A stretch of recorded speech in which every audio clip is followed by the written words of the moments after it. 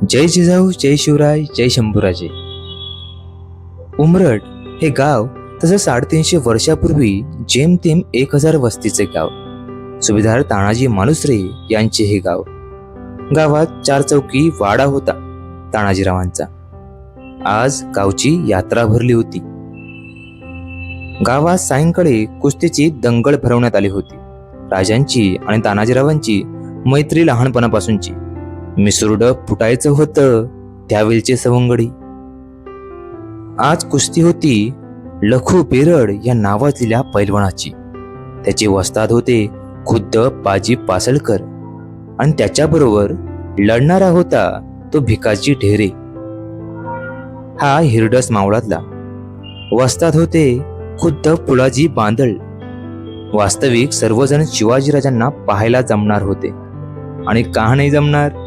लेकी सुना संत सज्जन गाई वासरे सारे सारे सुखावले होते राजांच्या मुले.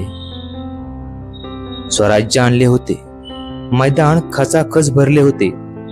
लहान मोठ्या कुस्त्यांना प्रारंभ झाला आणि पूर्वेकडून दस्तूर खुद्द शिवाजीराजे भोसले यांचे अश्वदल दाखल झाले. राजे पांढरा अंगारका घातला होता. कृष्णा घोडीवर स्वार होते आणि कमरेला तलवार बांधली होती. जणू सह्याद्रीचे दैवत भासत होते. राजे खाली उतरले. तानाजीराव आपल्या फौजेसह राजांना भेटायला वाटेतच थांबले होते. राजांनी तानाजीरावांना मिठी मारली. तितक्यात खबर आली की बाजी पासलकर यांच्या गावी रात्री नरभक्षक वाघाने हल्ला चढवला होता. त्यात लखू बेरड स्वतः वाघाशी 4 हात करायला गेला. वाघाने त्याच्या पायाला जबर दुखापत केली. मात्र वाघाला नुसत्या हाताने ठार केले लखूने. हे ऐकून मैदान शांत झाले. खूप आशेने लोक कुस्त्या पाहायला मैलोन मैल चालून आले होते. आता भिकाजीला 10 शेर वजनाचे कडे आयते बक्षीस मिळणार होते, तेही राजांच्या हस्ते. लखू बेरडाने काल नुसत्या हाताने वाघाला ठार केले, पण त्याच्या पायाला जबर दुखापत झाली आहे, म्हणून तो आज लढू शकत नाही. या गावात असा कोण आहे का जो या भिकाजीशी 2 हात करू शकेल? असेल तर समोर या. ही घोषणा ऐकून मैदानाच्या पश्चिमेकडे कुजबूज सुरू झाली. एक भाळ्यासारखा उंचापुरा रांगडा गडी कपडे काढून लांग चढून मैदानात येत होता. सर्व लोक जोरात ओरडत होते त्याला पाहून. राजे सर्व पाहत होते.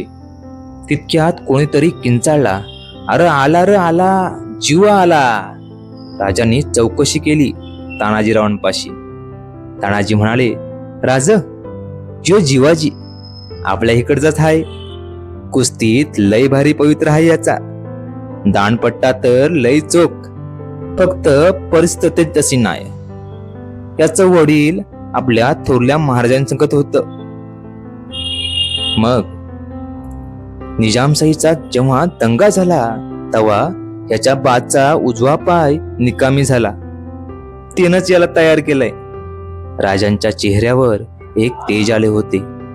कुस्तीची सलामी झडली गेली. भिकाजीने ठोक्यावर ठोके टाकून जीवाला नमवण्याचा प्रयत्न केला, पण जीवाजी पण तितक्याच ताकदीने तो चुकवत होता. डाव प्रतिडाव करत एक अर्धा तास गेला. भिकाजीने उसन्या अवसानाने पलत येऊन पटात शिरायचा प्रयत्न केला. सावध जीवाने फिरवून बाहेरची टांग लावली. भिकाजी अक्षरशः 5 ते 6 फूट उडून पाठीवर पालता झाला. सगळे प्रेक्षक वेड्यासारखे आत घुसले. जीवाला अक्षरशः डोक्यावर घेऊन नाचू लागले. तितक्यात शिंगे करणे गरजू लागली. खुद्द राजे येत होते. पटापटा सर्व बाजूला झाले. राजांनी हसत हसत जीवाला मिठीच मारली. मनात काय राजकारण असावे राजेच जाणे. मात्र राजे जाम खुश झाले होते. राजांनी 10 शेराचे सोन्याचे कडे जीवाला बक्षीस दिले आणि विचारले, जीवा काय करतोस?